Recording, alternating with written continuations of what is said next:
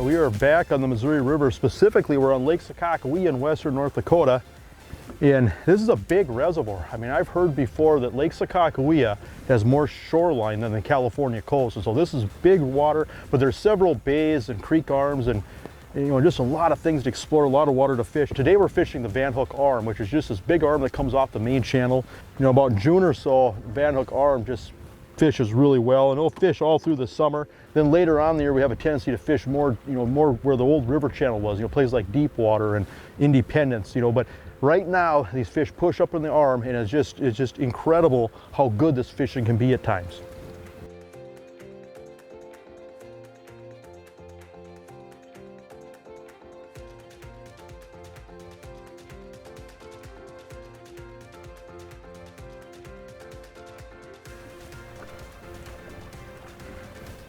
There we go. Oh wow, that fish striking. Oh wow.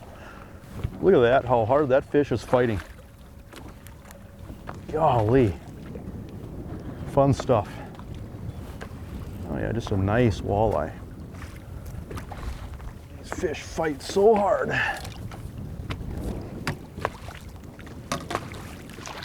There we go. Look at that. Show this fish off here.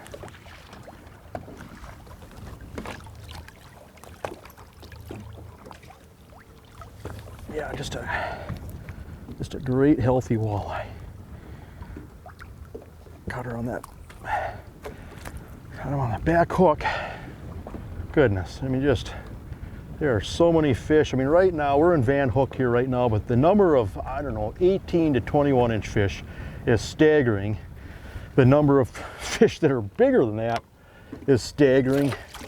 But it is just craziness out here. I mean, I've said the last, maybe 4 or 5 years, I mean, this is probably one of the hottest fisheries in the Midwest by far when you look at where Lake Sakakawea is trending. And these reservoirs do trend. These Missouri River reservoirs are either up or down.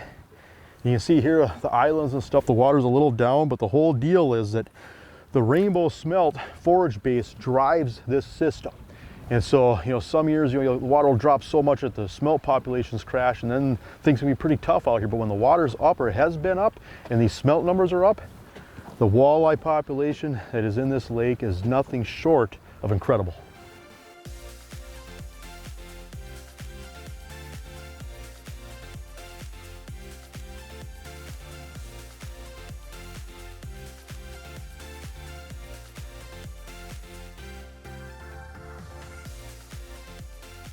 Oh, there we go. I love this. Just reeling them in. Golly. Look at that, just gorgeous walleyes. Oh, come here. There, wow. All right, here, I'll get her out of the net here. And these fish, as crazy as it sounds, I mean, I don't want to make it, maybe the expectations unrealistic. That's just a beautiful fish there. But it literally feels like there's fish all over. I mean, we've been just island hopping. We've been catching fish all over the place. And so what we've been doing is just been fishing kind of fast. We've been covering ground with bottom bouncers and spinners.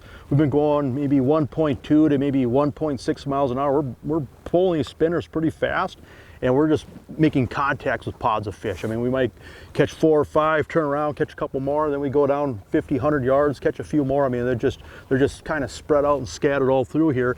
In the depth range that we're finding fish right now, where we're marking fish, is 7 to 12 feet of water, and that can change from day to day. And obviously those fish can shift out, different times of the year, or shift in.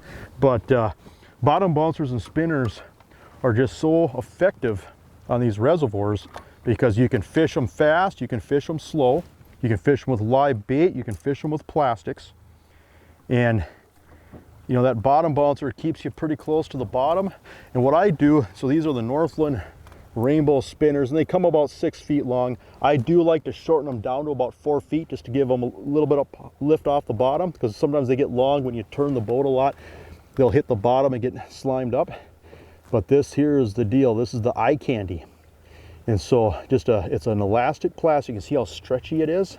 You soak them in scent, and typically, I mean, most days they'll outfish live bait, and they're very durable. I mean, you can catch 20 fish on one plastic. You see how durable it is. I mean, you can hardly pinch it in half, but you see how soft it is. It's a lot softer than traditional soft plastics, and so it's got a lot of really good action when you put it on a harness. That's new from Northland, and this stuff catches fish.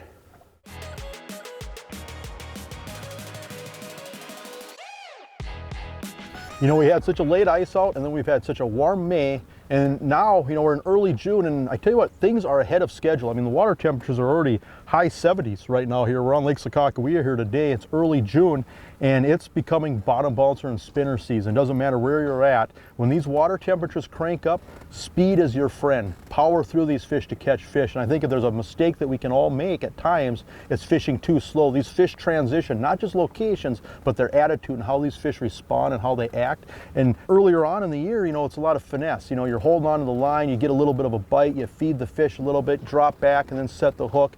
It takes a little bit more finesse when the water temperatures are cold, but once these water temperatures get past 70 degrees, you have to flip that switch, because that's what these fish do. The fish flip a switch. Their metabolism cranks up, these fish get a lot more aggressive. And so first thing is speed up, kick up your speed. You know, earlier this morning here, we were missing fish. We were going 1 mile an hour, and we had a few fish that got off. We were missing fish.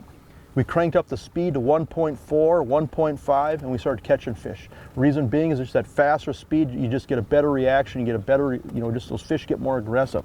And the other thing that I think can help you at times as the summer progresses is, again, you know, earlier in the year we're using a lot of finesse, holding on to the rod, detecting a bite, maybe dropping the rod back and then setting the hook. This time of year, when you're going at these faster speeds, put the rods in the rod holder, especially if you're using bottom bouncers and spinners. You know, if you're going 1.5 miles an hour, the rod holder will a lot of times outfish you, because what happens is they grab onto the back of it and they can feel it sliding out of their mouth. They can feel that lure getting away, and they don't like it when the water temperatures are warm. These fish are so aggressive, and they grab onto the back of it and they feel it sliding away. They just keep gulping up and they just keep choking up on that harness until they hook themselves. And so don't feed the fish, don't drop back this time of year, go faster.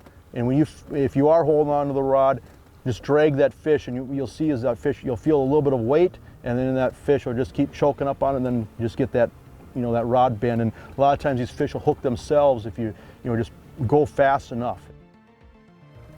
You just wait until the rod tip touches the water, then you reel in the fish.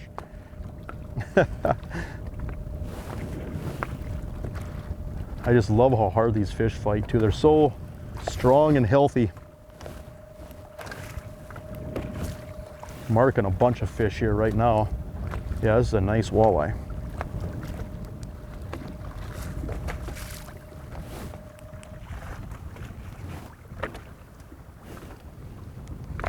Come on up.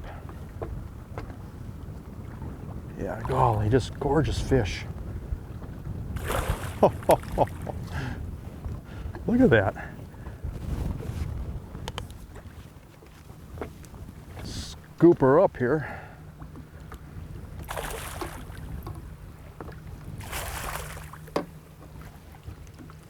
Oh yeah, boy, look how chunky that fish is. Oh, look at that. Oh man. Oh. Special place.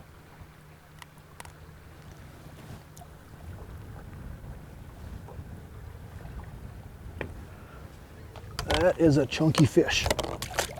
There she goes. You know, the thing about these bottom bouncers, you know, bottom bouncers actually originated out here in the Dakotas on the Missouri River, which they're deadly on reservoirs. They catch fish everywhere. But basically, you know, I'm running a heavy bottom bouncer. That's a 2-ounce bottom bouncer. I'm running it in 8 feet of water. I'm running it in 20 feet of water. It always finds bottom. And again, shorten up the snells to about 4 feet or so. I'll show you something else I like to do with these soft plastics. See how stretchy it is, very durable. And so what I like to do is I like to run the hook through the back, then just let it hang, dangle, exposed. But it just seems like I get a lot better hookup percentage just letting that hook hang right out the back. Just run it through once and hang out the back. And this stuff doesn't tear very easy. That's why you can do that. You can't really do that very well with traditional plastics, but with this eye candy, it's so durable that you can get away with that. But it just ups your batting average a little bit. You know, so when you're using a rod and reel for bottom bouncers and spinners, especially if you're using the rod holders, I like to use a little bit heavier, stiffer, faster tip rod. Reason being is that, you know, out here, for example, there's all kinds of rocks in places. There are some snags, and I find that, you know, whether you're going through some old flooded trees or some rocks, whatever it is on the bottom, I feel like a stiffer rod will power that presentation through the snag, in the sense that you'll see your rod tip, it'll bog down on a rock, but the action of the rod will a lot of times pop that bottom bouncer free and keep you out of a lot of snags. If you use too soft of rod doing this, that rod will load up and it just stays loaded up and you just get buried into a snag. And so use that stiffer rod to pop you through snags, okay? And so, you know, like a 7-foot medium fast, basically it's a flipping stick. It's a Shields Ebisu rod. It's just got a fast tip and just a perfect rod action for bottom bouncers and spinners. I don't want a rod that's too soft. That's really important.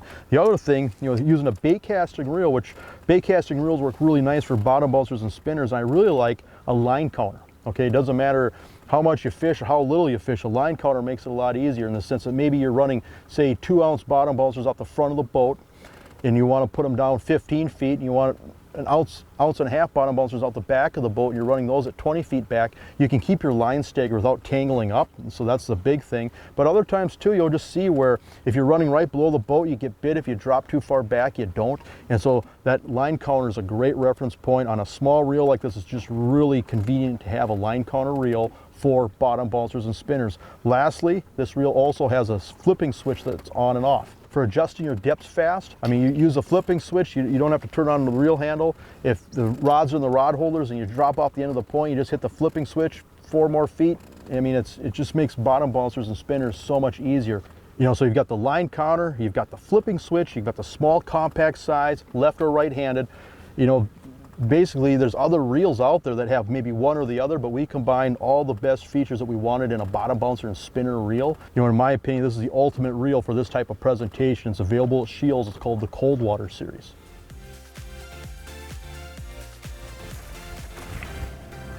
Oh, here we go.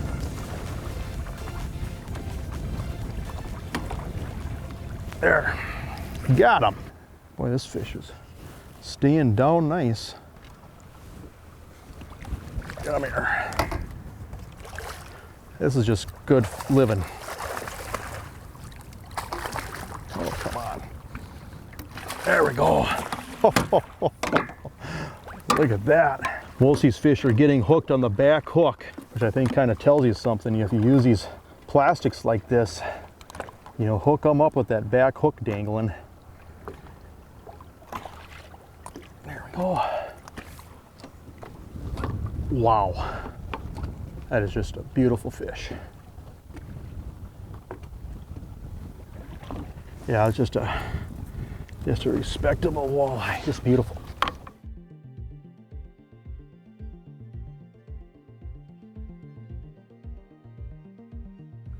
Oh, here we go.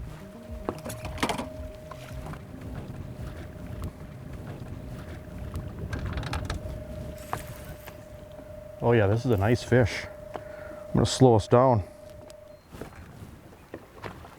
This is a really good fish. This is a good walleye. Oh yeah, look at there. Nice, beautiful fish. Beautiful, beautiful. It's so much fun to come out here. Oh, come on. Huh. I just can't get over how strong these fish are. There we go. Oh, look at that. Oh, goodness. Fun stuff. But yeah, putting the rods in the rod holders. A lot of times the rod holders are going to outfish you this time of year, and I think this is what happens. That bait's going through the water, those fish grab onto it, and it pulls away, and they don't like that when this water gets warm, their metabolism cranks up, they grab onto it, and they just keep choking up on it, and that, I mean, they just hook themselves. If you have kids, if you want to just introduce somebody new to fishing, I don't know if it gets better than this right here. Come out here, bottom bouncer and a spinner, go until you find fish. When the rod tip's touching the water, you grab the rod and you reel in the fish. This is as good as it gets. It's impressive. I mean, just the average size, the number of big fish are in this lake right now. Definitely one of my favorite places.